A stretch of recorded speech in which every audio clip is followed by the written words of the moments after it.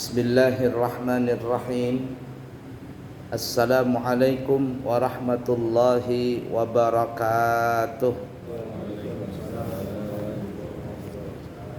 Alhamdulillahi rabbil alamin.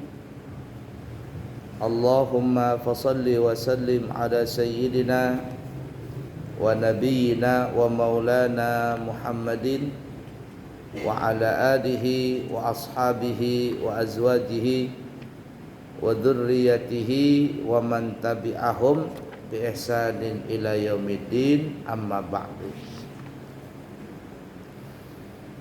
Pada pertemuan yang lalu kita membahas tentang masalah berdiri.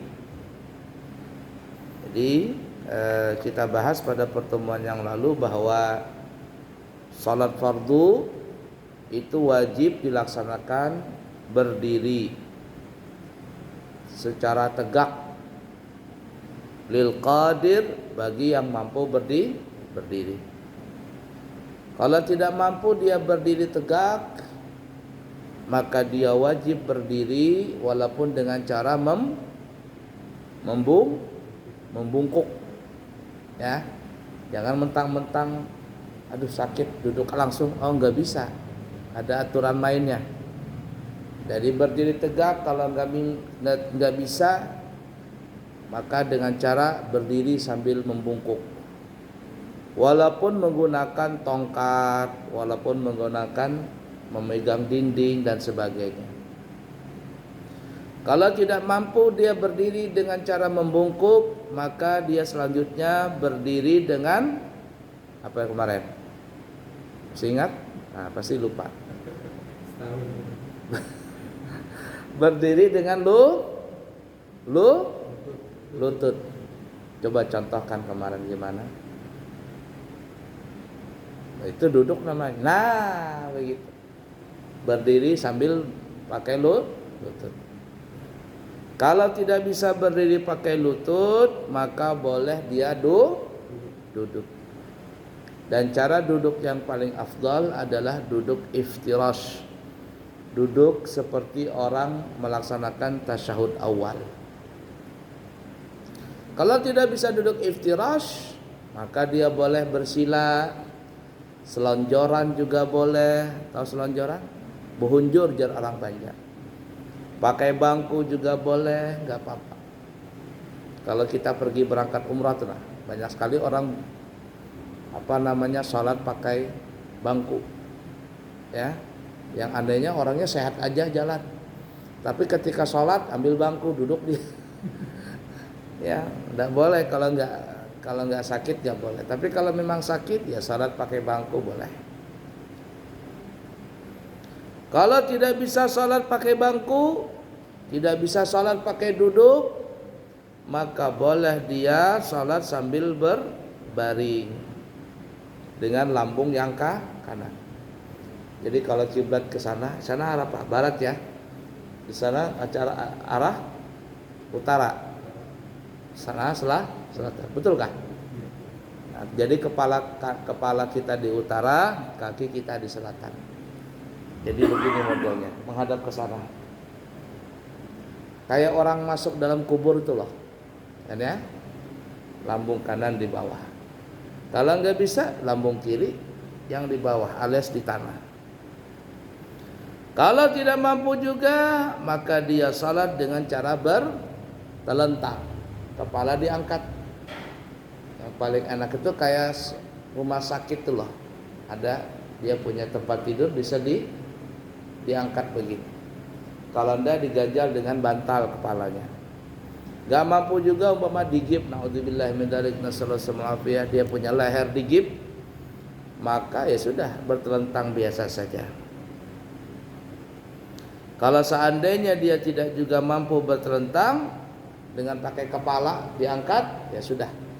Kepalanya di bawah, sejajar dengan pundaknya, dengan punggungnya, tanpa perlu dikasih bantal, dan kemudian dia memakai isyarat, yakni ruku, sujud pakai isyarat mata, pakai kelopak mata. Kalau dia tidak bisa pakai kelopak mata juga, Allahu Akbar, Sami Allahu liman hamidah, Allahu Akbar, Allahu Akbar. Kalau dia begini-gini terus bingung nanti ya. Nah, kalau tidak mampu pakai kelopak mata, maka dia pakai hati. Allahu Akbar, umpama diperban seluruh badannya. Nauzubillahi min dzalik. Nasallallahu alaihi umpama kena itu? Kena bakar, luka bakar. Diperban. Ya sudah. Salatnya pakai hati, bahwa saya lagi salat, saya lagi ruku, saya lagi i'tidal. Jadi membayangkan dia pakai hatinya dengan otaknya bahwa dia lagi ruku, sujud dan lain sebagainya.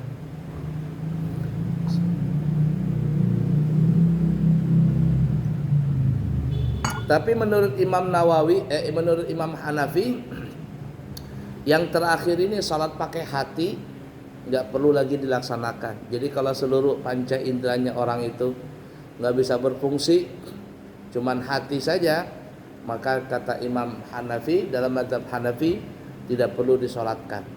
Tidak perlu salat maksudnya, cukup nanti disolatkan aja. Alias tidak lama meninggal tuh orang. Mudah dipaham kira-kira? Yang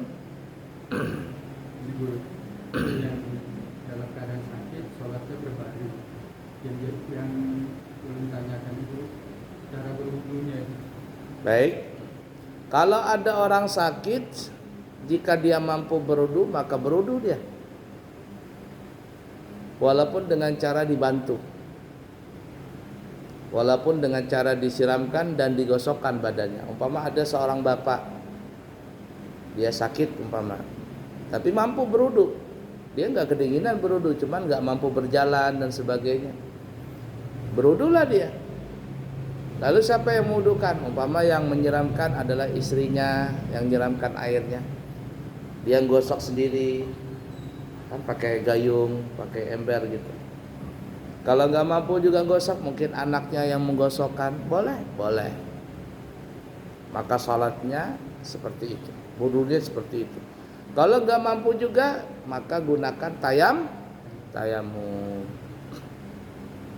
Cuman kalau tayamum dengan wudu, bedanya adalah kalau wudu, satu kali wudu asalkan jangan batal, itu bisa digunakan untuk sholat beberapa kali. Umpama ada orang sakit tapi bisa berwudu, dia berwudu sekarang nih, dia sholat maghrib dengan wudu itu boleh. Kalau nggak batal, dia gunakan wudu itu untuk sholat isya juga boleh.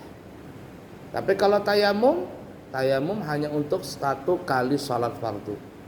Dia tayamum nih, sholat maghrib. Ketika masuk isya batal nggak batal, maka tetap wajib untuk bertayamum.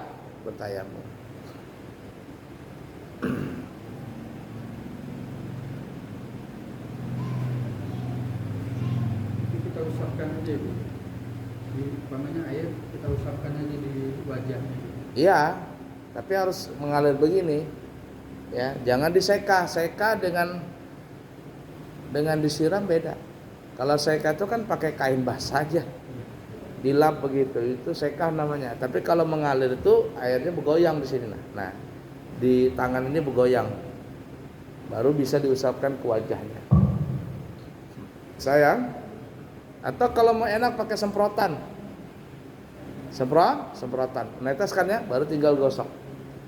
Semprot, gosok.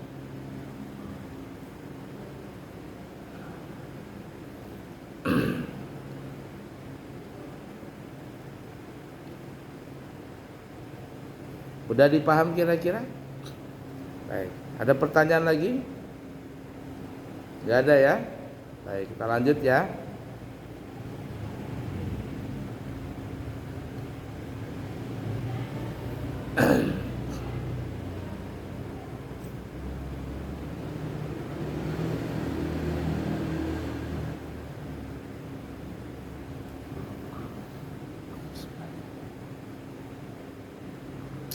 Permasalahan,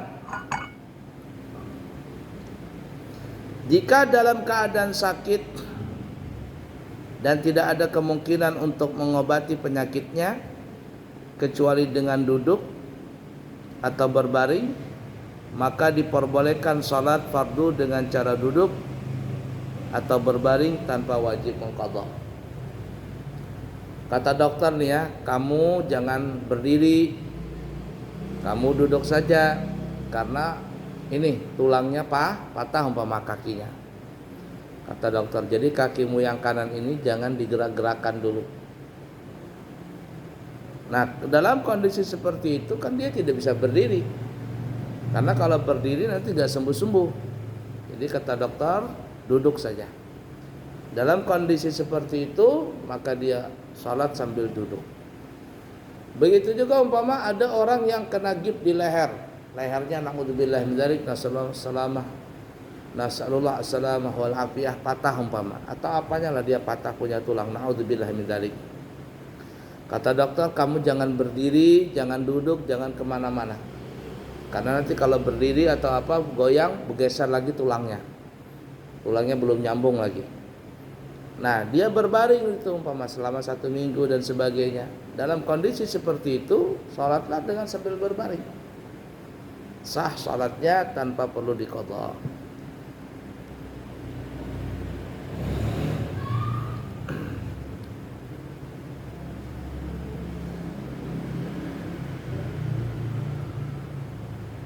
Baiklah ya.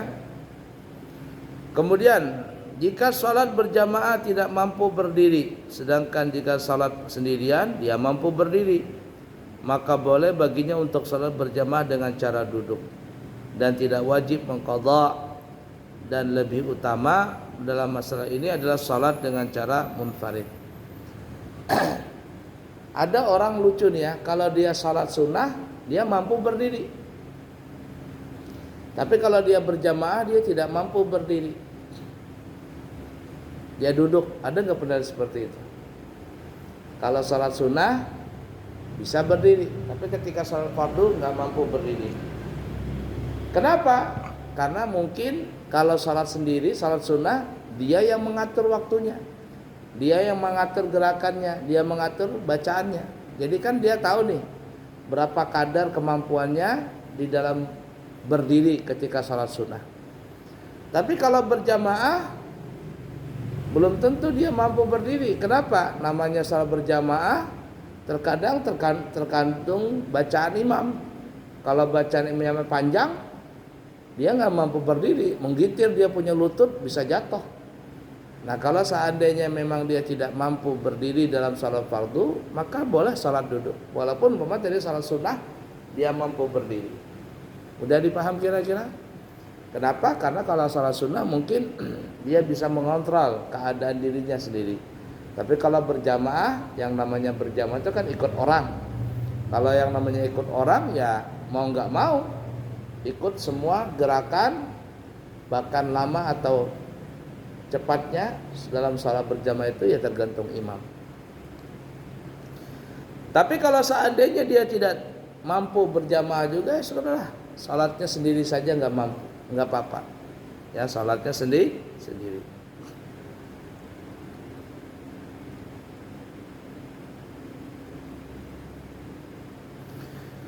Permasalahan, ada orang kalau salat sambil duduk bisa menghadap kiblat.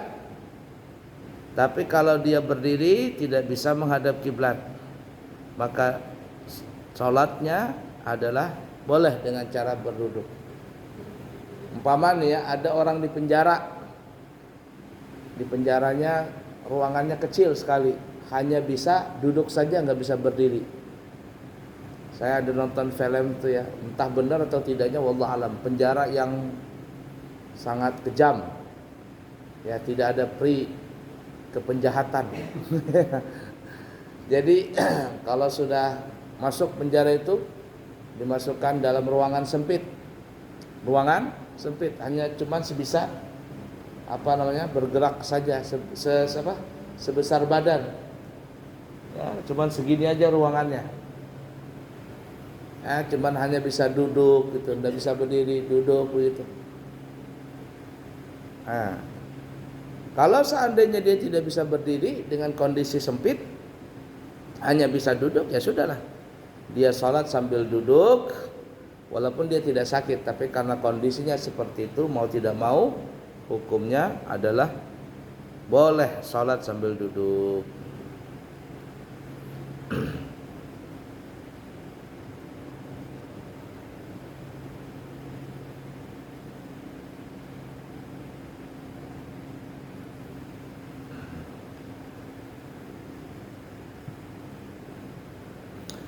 Perhatian, kalau ada orang salat sambil duduk karena sakit, tiba-tiba di pertengahan salat ada keajaiban, dia bisa berdiri, atau dia bisa berdiri pakai lutut, atau dia bisa berdiri tapi cara membungkuk. Apa kata ulama? Maka wajiblah dia melakukan itu. Artinya berdiri tadi, atau berdiri pakai lutut, atau berdiri membungkuk.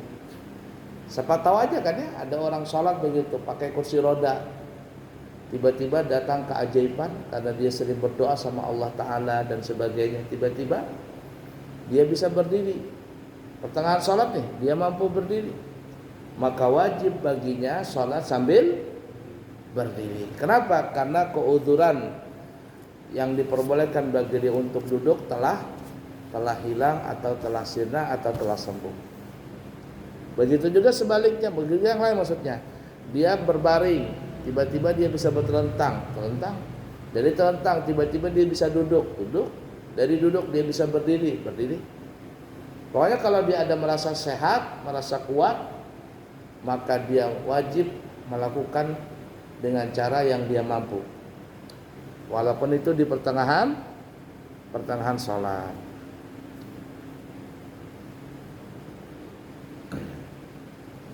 Baik. Selesai masalah masalah berdiri tegak. Selanjutnya kita akan membahas tentang rukun salat yang keempat adalah membaca suratul Fatihah.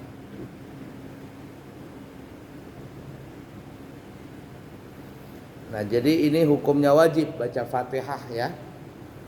Wajib membaca suratul Fatihah baik dalam salat fardu ataupun salat sunnah pada setiap rakaat, baik yang jadi imam ataupun yang jadi makmum. Baik salat berjamaah ataupun salat sendiri. Kecuali bagi yang masbuk terlambat, maka tidak wajib baginya untuk membaca suratul Fatihah. Masbuk adalah orang yang mendapatkan imam dalam keadaan ruku atau dalam keadaan berdiri, tetapi waktunya tidak cukup untuk membaca suratul Fatihah.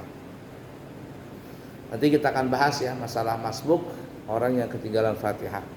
Cuman hukum awal orang yang salat itu wajib membaca suratul Fatihah, baik yang jadi imam ataupun yang jadi makmum.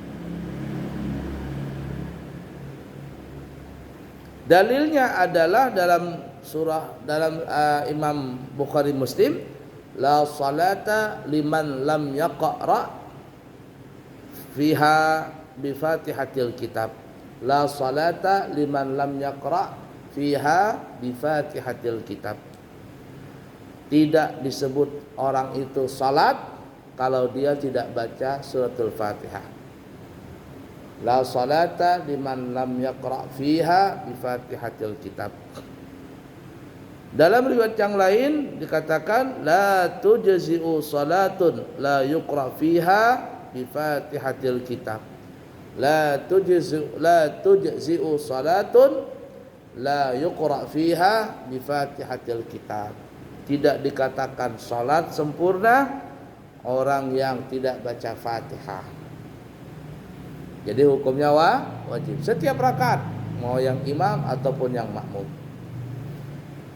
Itu mazhab kita dalam dalil ini Bukhari Muslim. Tapi kalau mazhab yang lain seperti Maliki atau Hanafi Hambali, maka Fatihahnya makmum ditanggung oleh imam. Ini pernah kejadian, saya berangkat waktu bulan apa kemarin ya? Bulan Agustus umrah. Ini kan baru pulang saya. Bulan Desember tadi setahun ya, sampai Januari tanggal 10 baru datang. Insyaallah nanti saya berangkat lagi umrah tanggal 2 Februari 2024, keberangkatan yang kedua. Nah, ada berangkat saya bawa jamaah kemarin di bulan Agustus. Salat di Madinah saya, rakaat pertama boleh sempurna, rakaat kedua sempurna. Nah, kemudian kan di rakaat kedua itu ada namanya tasyahud awal. Saya ini tidak bisa baca cepat. Akhirnya saya terlambat baca tasyahud awal, imam naik rakaat ketiga, kemudian saya juga naik rakaat ketiga tapi agak terlambat. Nah, kemudian imam ruku. Saya belum sempat ruku karena belum menyelesaikan Fatihah. Akhirnya ringkas kata, ya pokoknya saya menyelesaikan Fatihahnya saya dulu, baru saya ruku. Intinya mungkin imam i'tidal saya baru ruku, ya. Artinya terlambat nih. Selesai sholat, orang Arab di samping saya nanya, hal tafham lughatal Arabiyah? Kata dia, ente paham bahasa Arab? Kata saya, na'am. Ya, kata saya. Lalu dia ngoceh, sholat ente kenapa begitu katanya. Orang kalau ikut imam jamaah, imam ruku kamu ruku, imam i'tidal kamu i'tidal. Saya merasa disalahkan sama dia. Lalu saya bilang, la salata lima lam yaqra fiha bifatihatil kitab. Artinya, saya ini lambat bacaan Fatihah. Dan Fatihah itu hukumnya wajib dibaca, kata saya. Saya ini terlambat berdiri karena memang tidak bisa cepat bacaan saya. Saya belum selesai Fatihah. Lalu dia bilang apa? Tinggalkan Fatihah, kata dia. Tinggalkan Fatihah, ikutin imam. Ju'ilal imamu ayu tamabihi, ya, dijadikan imam itu kan supaya diikutin, ya, supaya diikutin katanya. Lalu kata saya, masalah itu benar, hadisnya benar. Kalau seandainya Fatihah ditinggalkan, itu juga benar. Tapi kata saya itu dalam masalah sholat masbuk. Dalam masalah sholat masbuk. Nanti tadi kita katakan ada nanti permasalahan makmum tidak apa-apa, tidak baca Fatihah. Kapan itu? Nanti dalam masalah masbuk. Kalau sholatnya normal, wajib makmum baca Fatihah. Lalu dia ngotot, marah-marah, kamu ini katanya dikasih tahu ibarat kata kok nggak nurut. Saya bilang, ana Indonesia, ana madhab Syafi'i. Saya bilang, saya ini orang Indonesia, di Indonesia itu madhab Syafi'i, ente madhab Wahabi, kata saya. Ya, ente ini bukan madhab kami. Ya, ente kan madhabnya beda dengan kita. Akhirnya saya bilang begitu, dia baru sadar bahwa saya ini orang Indonesia, kan dia bukan orang Indonesia, madhabnya lain. Di sana kan madhabnya Imam Ahmad bin Hambal. Pergilah dia, sudah dia pergi. Nah di sampingnya ini ada lagi ngoceh. Katanya kok begitu katanya, tidak ada madhab-madhaban. Kata saya, enggak, saya harus konsisten seperti itu. Saya tidak menyalahkan, kenapa ente menyalahkan saya? Saya tidak menyalahkan anda yang salat tidak baca bismillah ketika Fatihah, saya enggak masalah. Ente salat subuh enggak pakai kunut, saya enggak masalah. Kenapa ente salahkan saya? Nah akhirnya saya bilang seperti itu. Intinya saya madhab Syafi'i, ente madhabnya Hambali. Ya ala kulli hal, kita punya dalil masing-masing. Nah dia kan mengatakan dalilnya itu dijadikan imam adalah untuk diikutin. Jadi dengan dalil itu, kalau seandainya imam ruku walaupun kita belum Fatihah belum selesai Fatihah, tinggalkan katanya. Saya bilang ya benar, itu madhab yang lain, Maliki ya atau Hambali itu boleh, tapi madhab Syafi'i tidak. Saya madhab Syafi'i. Saya bilang begitu. Nah akhirnya dia paham kan, kita ini kan madhabnya Syafi'i. Dan memang sebenarnya dalam salat itu wajib baca Fatihah. Tidak ada yang tidak baca Fatihah. Rakaat pertama, kedua, ketiga, empat wajib Fatihah. Cuman nanti bacaannya, Fatihahnya kalau kita berjamaah, salat bernyaring, maghrib, isya dan subuh atau Jumat atau yang lainnya, makmum baca Fatihah kapan? Setelah membaca amin. Waladdallin, amin, baru makmum baca Fatihah. Jangan ketika imam baca Fatihah, makmum juga baca Fatihah. Atau sama sekali tidak baca Fatihah, jangan juga. Tidak boleh makmum seperti itu, tetap wajib Fatihah. Itu rakaat pertama dan kedua, apalagi rakaat ketiga, keempat tetap wajib baca Fatihah. Nah, oleh karenanya supaya makmum ini bisa baca Fatihah dan bisa konsentrasi dengan bacaannya, maka sang imam dianjurkan tidak membaca surah setelah amin. Artinya bukan tidak ya, artinya menunggu beberapa saat supaya makmum bisa menyelesaikan Fatihah. Ghairil maghdubi alaihim waladdallin.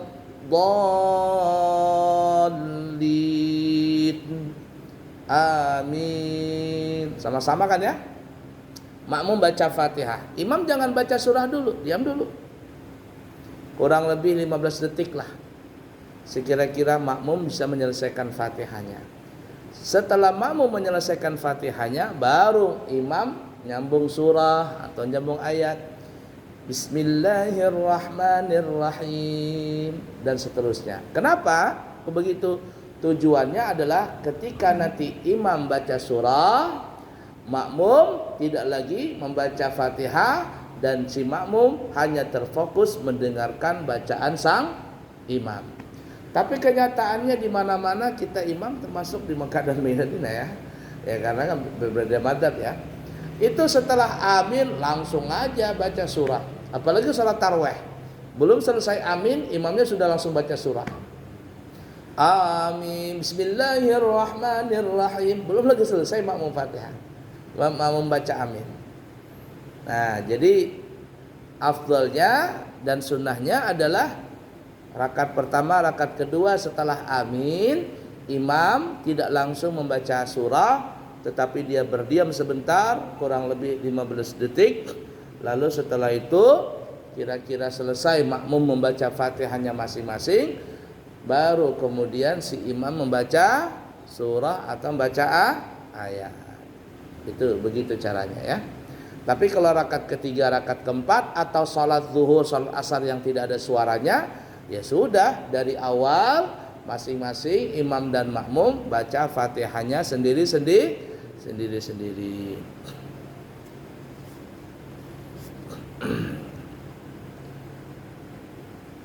Udah dipaham kira-kira? Baik. Nggih?